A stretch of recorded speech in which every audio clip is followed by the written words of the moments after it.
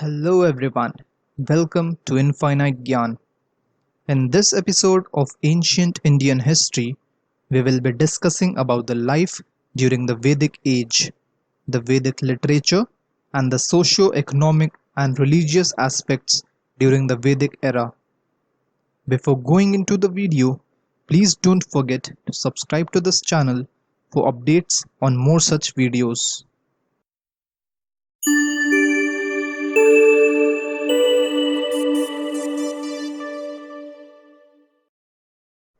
The cities of the Harappan culture had declined by 1500 BC. Consequently, their economic and administrative system had slowly declined. Around this period, speakers of the Indo-Aryan language Sanskrit entered the northwest India from Indo-Iranian region. As they were mainly cattle-keeping people, they were mainly in search of pastures. By 6th century BC, they occupied whole of North India, which was referred to as Aryavart. There are quite a few theories about the identity of these Aryans, which is still a hot topic for discussion. Some believe that the Aryans were actually nomadic people who traveled from Central Asia to India and established themselves here, while others believe that they were originally from India but later expanded themselves till the Central Asia.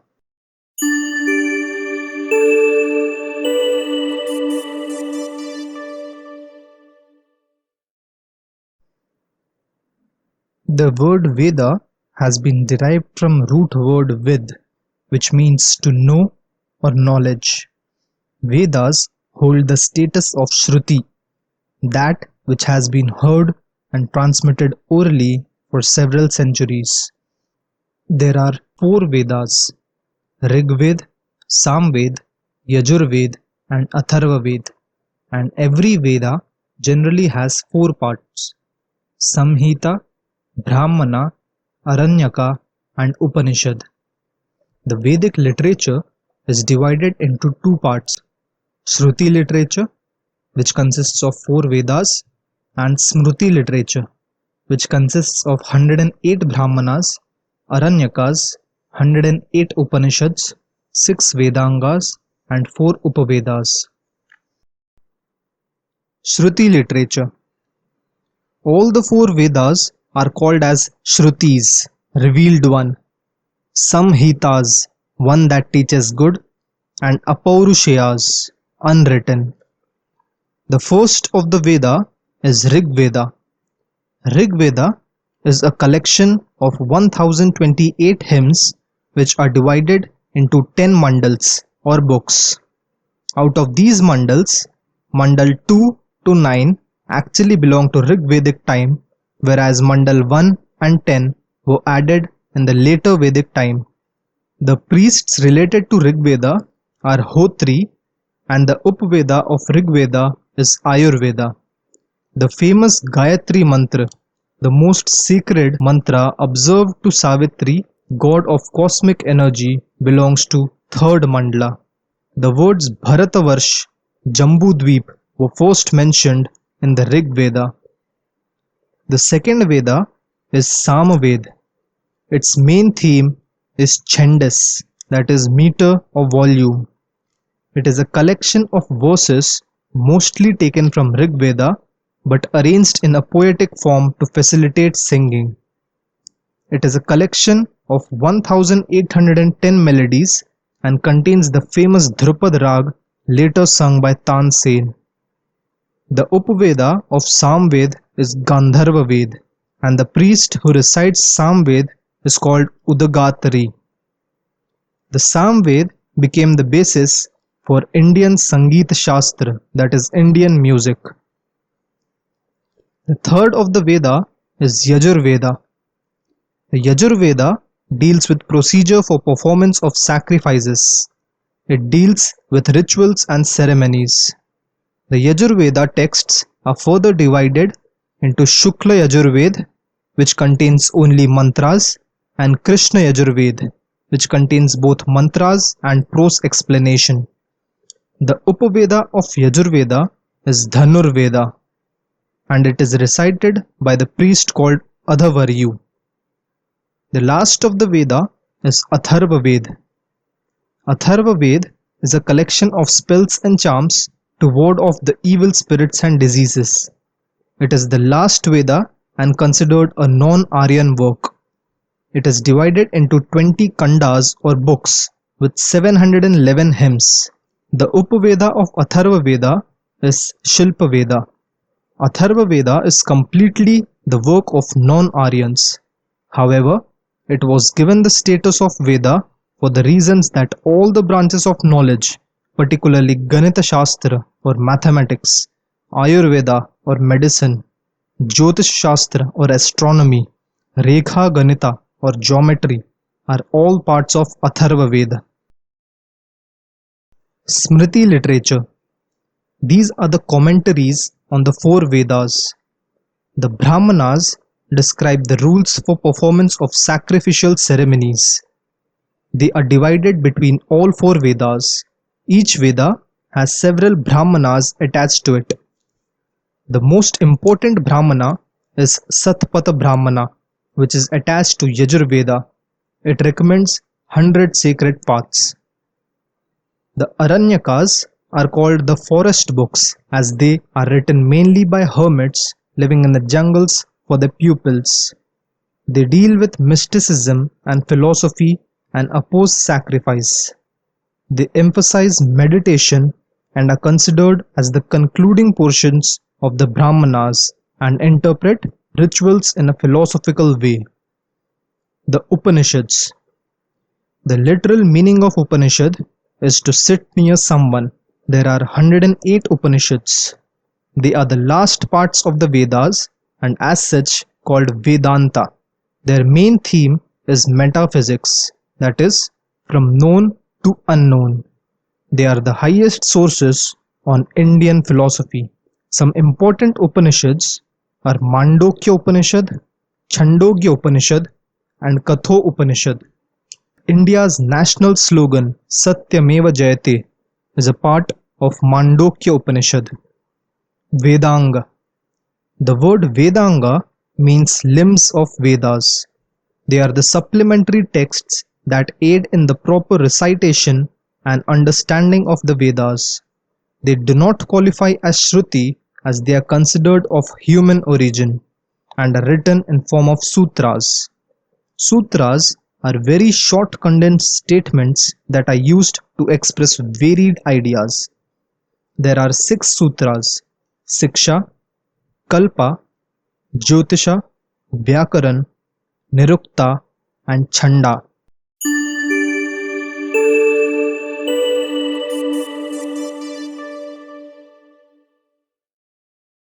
The Aryan tribes were called Janas. Their chief Rajan was known as Gopati or Gopa, and chief queen was called Mahishi. The occupation was not based on birth. Varna or color was the basis of initial differentiation between the Vedic and non-Vedic people. A socially organized Varna system was not prevalent and tribal elements were stronger in the society. Kula or family was the basic social unit and Kulapa was the head of the family. There were largely joint families in the Rigvedic age which followed the patrilineal system. The family was part of larger grouping called Vis or clan. One or more clans made Jana or tribe. Even though the society was patriarchal, the women had important positions in the society since they were educated and had access to the assembly.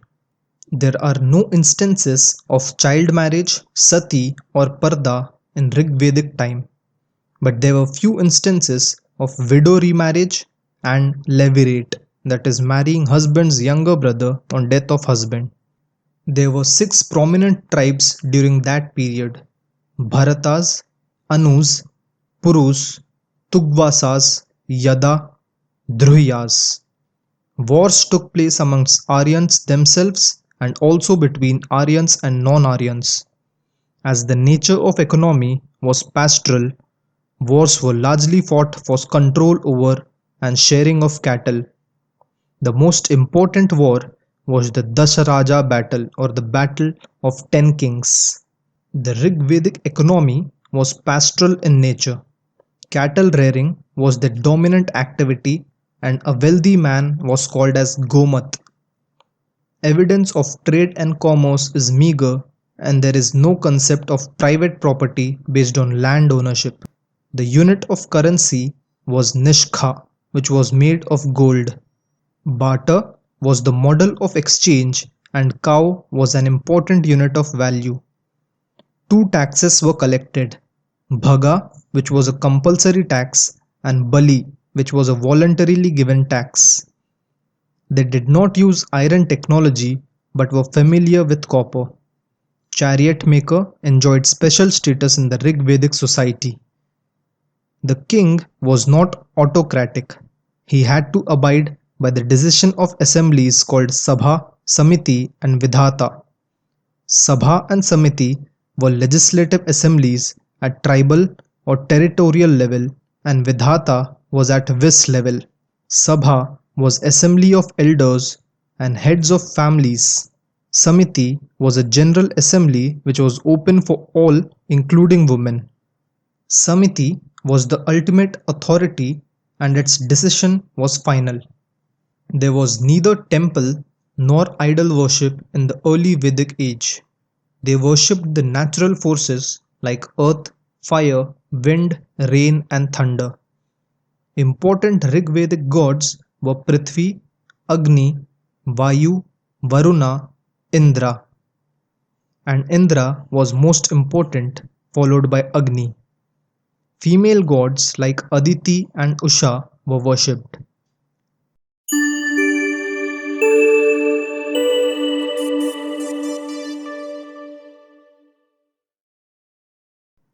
The term Rashtra first appeared in the later Vedic age.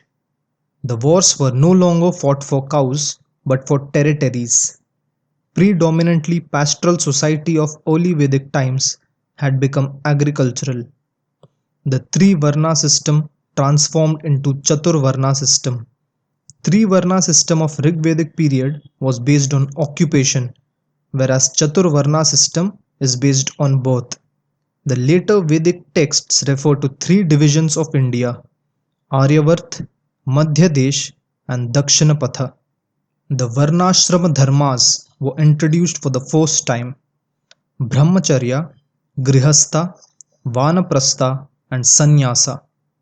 The Ashrama dharmas were mentioned for the first time in Jabbala Upanishad. Gotra system was introduced. Its literal meaning was cowshed, but in context of society it means revealing ancestor's name. The main purpose behind the system was to discourage intercaste marriages and to maintain purity of blood. Untouchability appeared for the first time in the later Vedic society. It was by birth or by profession. All major social evils such as child marriages, dowry, sati, polygamy, polyandry, and niyoga started during this time. Women lost importance in the society. They were no longer permitted to attend the assemblies. The later Vedic culture is also called as PGW iron face, as a particular kind of pottery called painted greyware was used. The society was largely rural, but towards the end of the period there are traces of beginning of urbanization. Mixed farming was one of the prime occupation. The Rigvedic gods Indra, Varuna, and Agni lost their importance. New gods Brahma, Vishnu, and Maheshwara appeared. New god called Pusan appeared as god of Shudras. He is god of agriculture, cattle, marriages, and guide to travelers at night. Vaishyas introduced their own god Kubera, god of wealth and prosperity.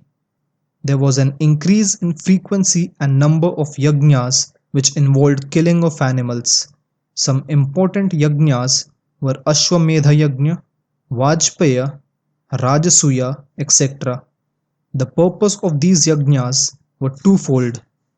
They established authority of chiefs and reinforced the territorial aspect of polity since people from all over kingdom were invited. People began to worship idols during this phase. The importance of prayers declined and that of sacrifice increased. Priesthood became a profession and hereditary one. The formula for sacrifices were invented and elaborated by priestly class. Therefore, towards the end of this period, there was a strong reaction against the priestly domination and against the sacrifices and rituals.